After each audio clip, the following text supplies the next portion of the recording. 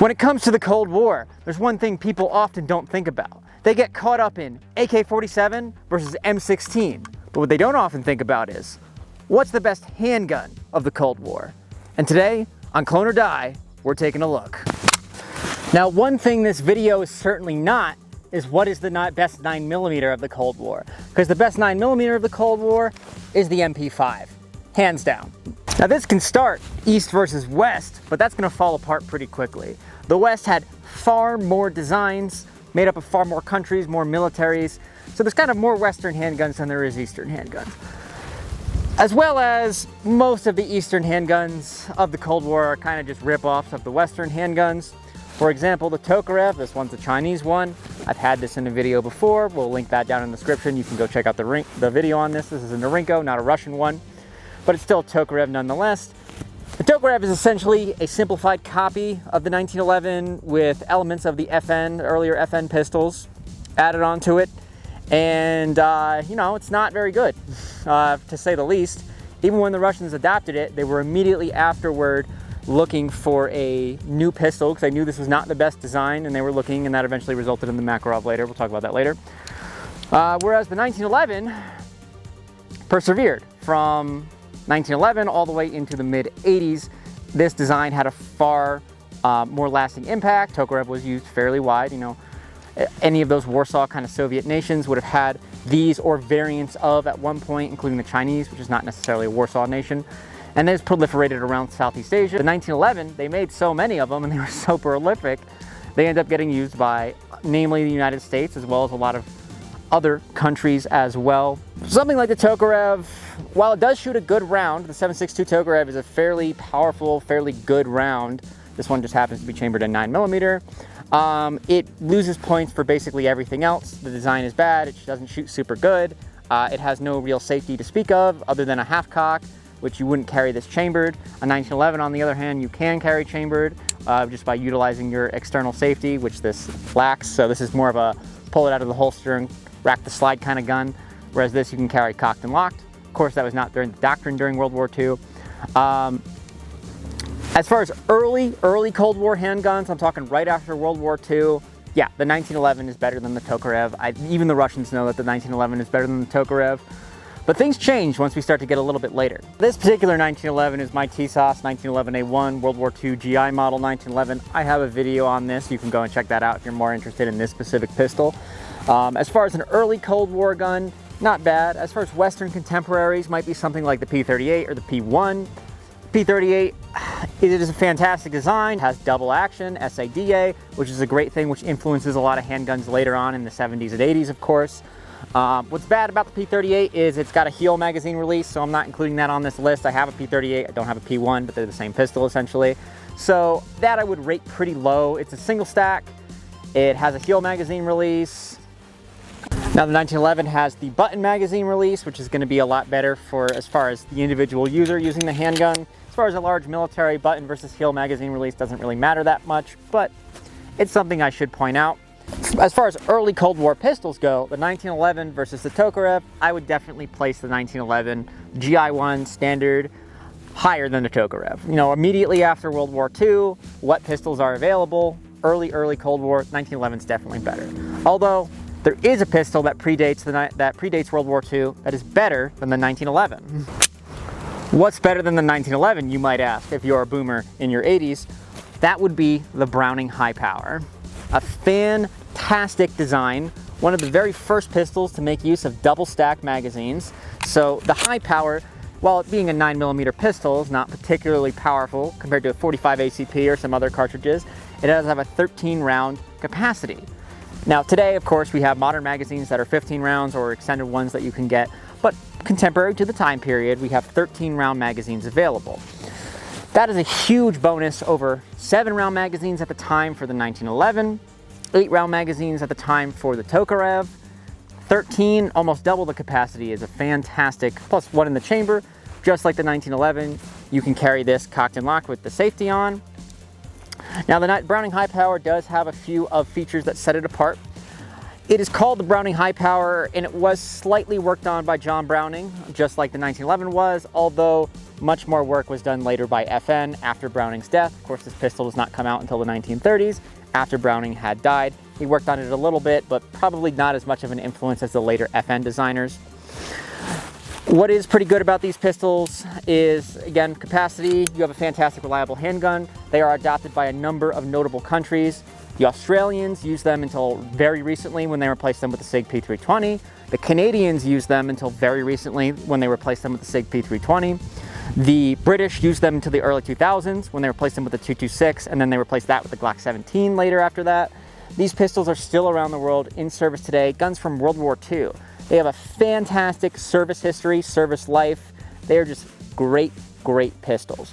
Now there is a little bit of a downside to the Browning High Power, of course, and that is these were designed with a magazine disconnect, so if the magazine's out of the gun, you can't pull the trigger. Now, this one has it removed. It's a fairly simple thing. You just punch one pin out and you can basically take that magazine disconnect out. But that's not what the military ones would have. They would, of course, leave that in for safety. I don't really consider a magazine disconnect to be necessary or this big safety feature by any means. I think proper gun handling is far more important than having something silly like that. You shouldn't even have your finger in the trigger guard unless you're ready to shoot anyway. This particular version is a FN1, so this is an actual FN1, one of their chrome ones that was later customized by Cylinder and Slide. So this one is very, very nice. It has a very, very light trigger pull. This is one of my favorite pistols that I own. This gun is just fantastic. And honestly, until we get into our later designs, it's very hard to top the Browning High Power as a Cold War era pistol. For the last of the Russian or Eastern handguns that I have for this is the Makarov. I don't have every single Eastern handgun available to me, but this is one of the major ones that replaced the Tokarev, is the Makarov. And the Makarov is essentially a simplified copy of the Walther PP. It is almost a direct copy, exactly the same, although they did add a slide release, which is very nice. Although they took away the button magazine release and opted for a heel magazine release. It has an 8-round capacity. The trigger pull is pretty much god-awful in double action. In single action, it's not that bad. It's actually pretty decent. It does have a safety decocker, which is nice. You can't even pull back the hammer with the safety on. That's an interesting feature. I would say safety is not super useful in a double action, single action handgun, but definitely having a decocker is a nice bonus. Yeah, I'm just not going to rate the Makarov very high. I don't even think it compares to the Browning High Power. The Walther PP is a design from the 1930s, just like the Browning High Power is, and the Browning High Power is just a better general issue handgun than the Makarov is. This is not much love for me. You know, I think it's a good design. I think it's reliable. It's a good pistol, but there was just better available at the time. I mean, I personally think I would rather just carry a 1911 than I would carry this. Maybe that's anecdotal. I have a lot of experience shooting 1911s. I enjoy that platform. Maybe if I had like a Commander lens slide, I would like that quite a bit more than this. I just don't find a lot of value in kind of this system. This particular one is a Bulgarian made one. I don't have a Russian one out here with me right now, but we'll have some later. And I mean, it's simple. It's very easy to manufacture. It comes apart very easily. The Russians are primarily dealing with a conscript army, so having a simple gun makes sense. They only issue 2 magazines with it, so you really only get 16 rounds. The holster holds an additional magazine, so you get one of these and one extra.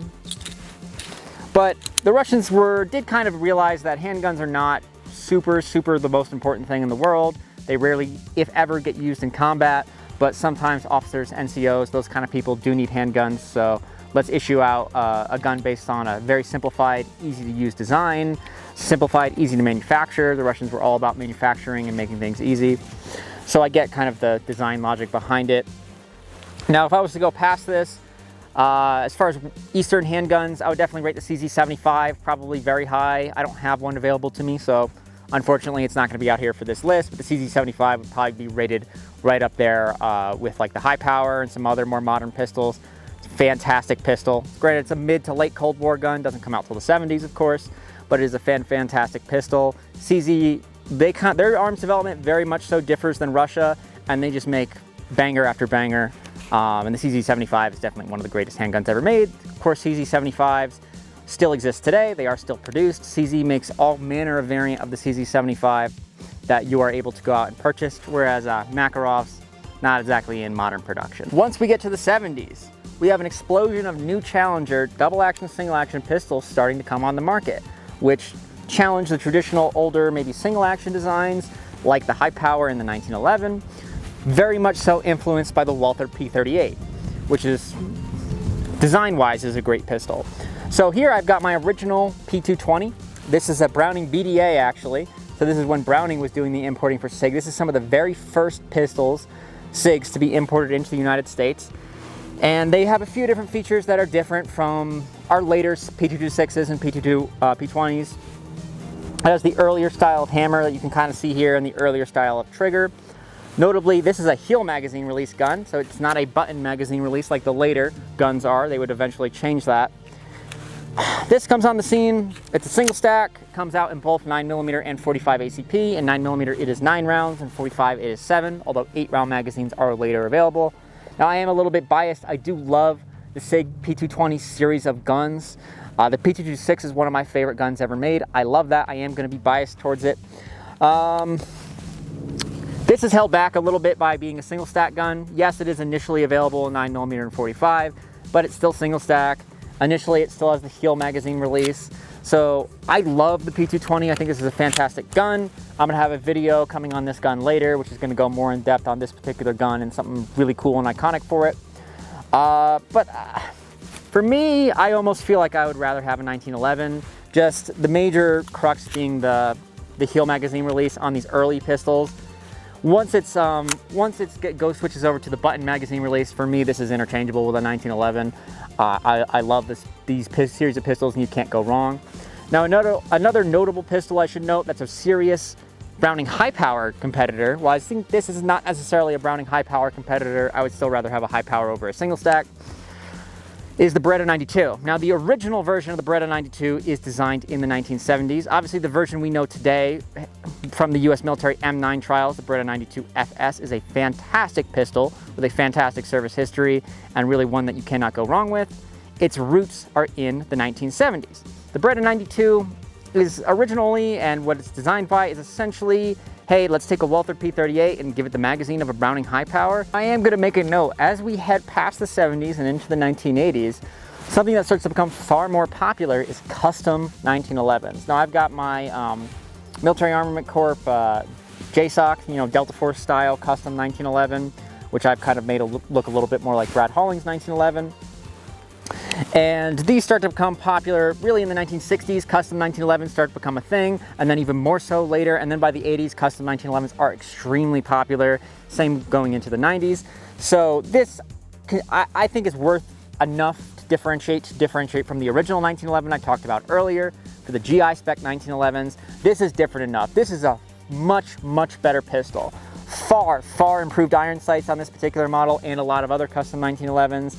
Serious improvements in ergonomic capability with the extended beaver tails, making the pistols much more comfortable. Serious ergonomic improvements with extended safeties, extended slide releases, extended magazine releases, new grips, checkering and undercutting in front of the gun. This one has a magwell as well. New magazines being available, like this is a Kimber, but Wilson Combat 8-round magazine, so you've increased capacity, as well as having these bumper plates to make reloading a little bit easier with these pistols. This is a serious upgrade. And I would say this kind of handgun customization you don't really see with other guns other than the 1911 in this time period, in like the 1980s. Yeah, there may be one-off, custom whatever kind of pistols, but really the 1911 is the pistol that's like explodes with this popularity for these kinds of custom guns. Maybe you don't even see this really until later with Glock Gen 3 pistols. When you see all the customization that later comes out for those, I would say is comparable to what was happening for 1911s at the time. Definitely different enough to talk about, different enough that I would far rather carry this than the original 1911s. This is a much nicer gun. I'm dubious about whether or not I would carry this over the Browning high power. The Browning high power just has more capacity. It is 9mm, a caliber I prefer, and it has good sights. Granted, Browning high power, there are many different versions of them. Many different countries made them. Some have better sights, some have worse sights, so it depends on your particular model. But my Browning high power, my chrome one, has fantastic sights. Now we're kind of getting into the category of basically all of these pistols are good, and you really couldn't go wrong with choosing any of them. First off, we have our P80 Glock 17.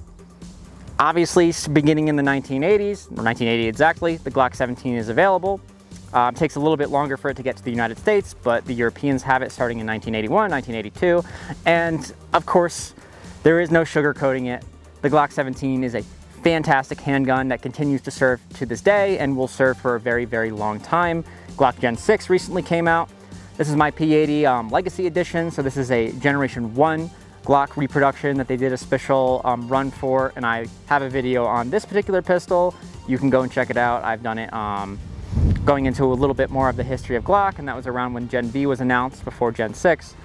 But you can't go wrong with this. All of these kind of guns in this category are going to be, yeah, these are all kind of equal before, you know, the end of the Cold War, which we're going to end, you know, in 1989, 1991, 1991, probably more so.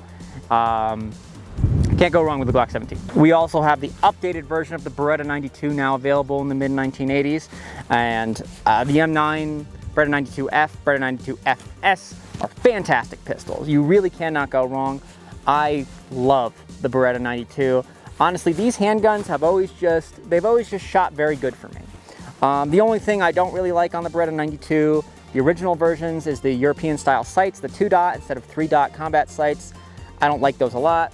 I think out of the box for SADA hammer-fired pistol, it probably has one of the best trigger pulls that is on the market, and I'm even going to compare that to the 226, and I love the P226. The Beretta 92, it's a big handgun. I'm not going to sugarcoat that. It is very large, but it's honestly, it just feels good. It shoots super flat. You get 15 rounds in the magazine. Now, of course, in 2026, today, we get 18-round magazines that are flush fit, but it's contemporary to the time period.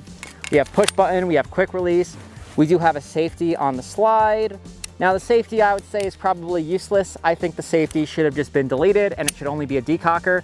I don't think that double action, single action pistols need a safety.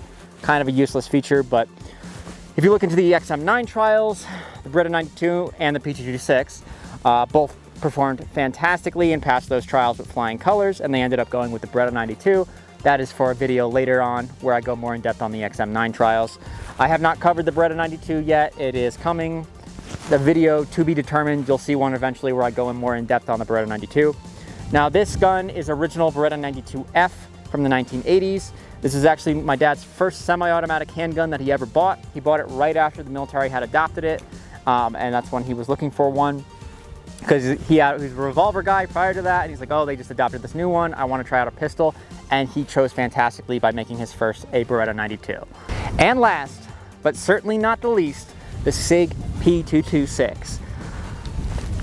There is nothing I can't say would not be construed as me shilling SIG or being a shill glazer.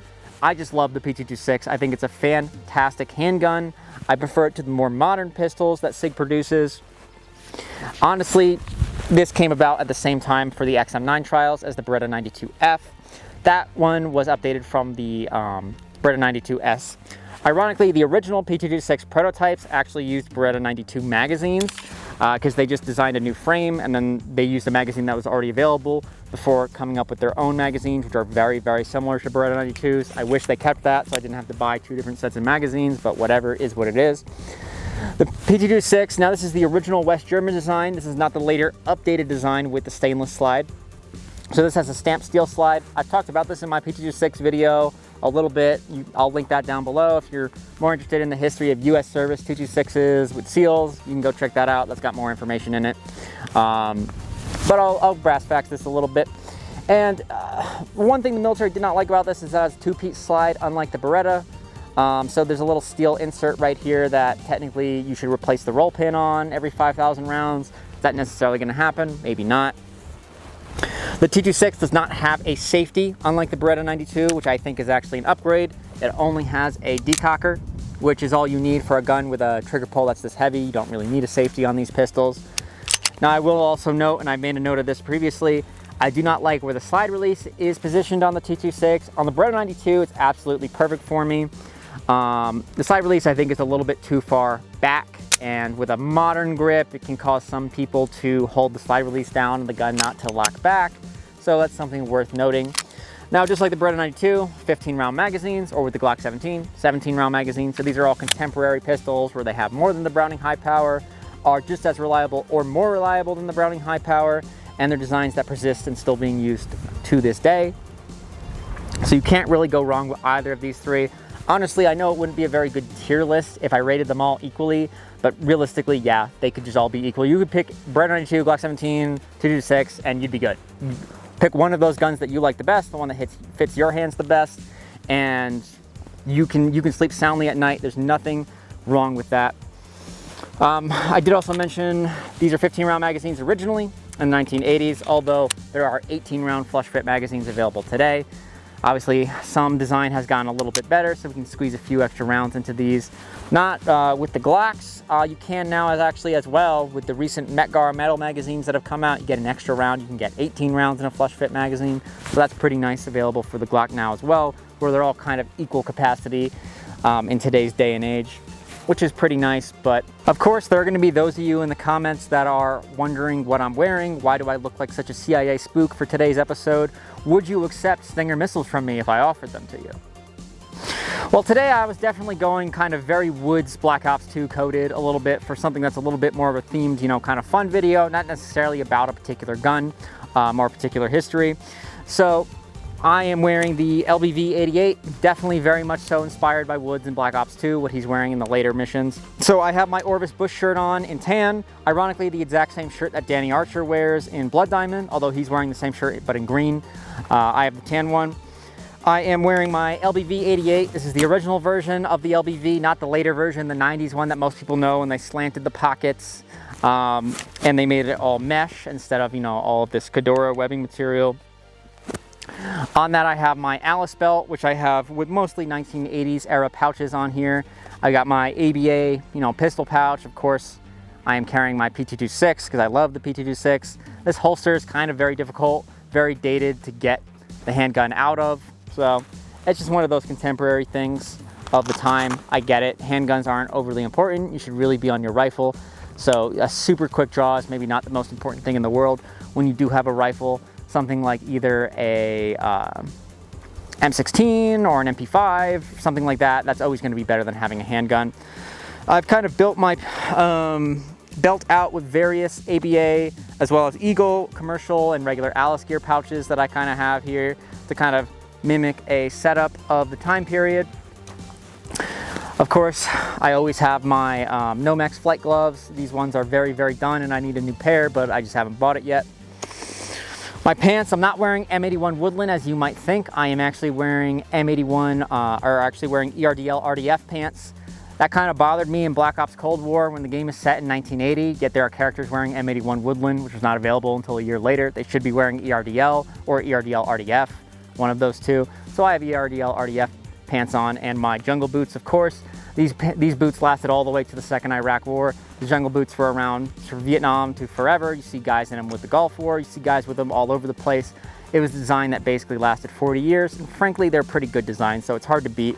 Only once we get into the more modern, more comfortable boots do you really start to make these older leather ones kind of obsolete. The idea for this came from late night Discord sessions with the boys when you're talking about your autistic niche hobbies and the guns that you like, and you start to discuss, well, we know what the best rifle of the Cold War is, M16, but do we know what the best handgun of the Cold War is?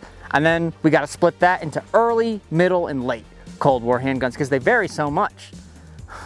So this is just one of those autistic Discord conversations that happens between me and my friends that spirals out of control until I go, well, why not make a video on it? Now, as far as the actual ranking for the 9 particular guns I have in front of me, of course, there are other guns. As I mentioned before, I don't have them in front of me, so they're not going to be a part of this list. What do we have going from the lowest? Starting out at number 9, this is where I'm going to put the Tokarev. It's reliable enough, it does the job, it's not particularly great, it's not particularly comfortable. This just feels right, occupying the lowest slot, and that's where it really belongs, let's be honest. After that, what we're going to go up next to is the Makarov. Being essentially kind of a 380 Walther PP copy, not particularly amazing compared to any of these other handguns, which I would rate are kind of better designs. Kind of makes sense that the Makarov falls here. I feel like it was kind of a strange design choice to go with something like this, given that, or be influenced by the Walther PP, given, you know, like the Browning High Power existed, other guns existed that the Russians maybe could have copied off of, because, but I don't know. Well, Makarov, that's where it sits. Above the Makarov, I'm gonna rate the World War II 1911 A1. I just like the 1911. I think it's probably a better pistol than those other two. Granted, it is bigger and heavier. That's something to connote. It's got similar magazine capacity. The Tokarev and the Makarov are going to be 8. This is going to be 7 with original magazines. While the Tokarev is not really safe to carry one chambered, the Makarov is safe to carry one chambered. The 1911 is most certainly safe to carry around chambered with the safety on. You can't really go wrong with that. Granted, the 1911 is not drop safe with the safety off unless it's a Series 80 or later, so it's worth me noting that. But I think this is where the 1911 World War II version deserves to be. Going up from there, I'm going to go up to the original SIG P220. I think that this is probably definitely a better pistol. It's got better sights. It's, you know, got double action, single action than a 1911, and this definitely deserves to be, is a more modern pistol, deserves to be a tier higher than the original World War II guns. Really can't go wrong with a 220. Although the 220, I think, gets outclassed by once you get to custom 1911s. Custom 1911s, just that. The custom nature of them makes them nicer, better parts, nicer triggers, better sights, all of that just, I think, overall makes for a very nice pistol. It makes sense to me why Marines chose to carry 1911s for so long. Same with Army, obviously with Delta Force carrying 1911s for a long period of time. When you have a very quality, hand-built, custom 1911, they are just fantastic pistols. Up from there, just using our modern contemporary standards, I'm gonna go with the Browning High Power. Even in its original 1935 design, the Browning High Power was just so far ahead of its time, it's ridiculous. Even though it's a single action, I don't mind single action pistols. I can use the thumb safety, which is very easy to turn off as soon as you take it out of the holster. The Browning High Power really punched well above its weight class for a 1930s pistol, especially with that magazine capacity. Really only starting to get outclassed once we got to the late, mid 80s series of pistols. From here on out, it's going to be personal preference. You think you can go wrong with any of these handguns, but I do prefer some to others. So next up, I'm going to rate the Glock 17. Fantastic handgun. I don't like the Glock 17 as much as the Beretta 92 and the T226, but I still carry a Glock 19. I think the Glock is a fantastic series of handguns. It's just an ergonomic thing at this point. I like those pistols a little bit better. And I have said it many times in the past, I prefer hammer-fired pistols to striker-fired pistols. So that's just on me for personal preference, what I like. Up from the Glock 17, I'm going to put the Beretta 92. I love the Beretta 92. It is a fantastic pistol. But in the #1 slot, I just happen to like the P226 a little bit better. But really, these top 3 are interchangeable. Pick the one you want. For me, my favorite is the P226, and I think it's probably, once we get to the late Cold War, any of these 3 handguns are just so punched so far above anything else that it's available at the time. Maybe other than the CZ75, but I don't have one, so it's not part of this list. Any of these guns, they're fantastic pistols. They still serve in many capacities to this day. That's how good they are, over 40 years of service at this point. And they can't really go wrong with these. So let's just say, hey, once we get to the late Cold War, we have our late Cold War pistols. They're fantastic. Early Cold War, we've got our Browning High Power, and we really can't pass that. It's a fantastic pistol. Ubiquitous for a very long time with CIA agents, used by MACV-SOG in Vietnam. It really took the jump from going from this to get a new generation of awesome pistols. Well, that was based on my personal experiences, my personal preferences. You might have pistols that you like. You might like something that I didn't even include on this particular list for Cold War guns. Go ahead, comment it down below. Let me know what you think. Let me know if you think I'm spot on or if I'm just some idiot talking into the camera, yelling into the ether of the internet. That's up to you to decide, not me. But for now, thanks for watching this video, and I'll see you again on Clone or Die.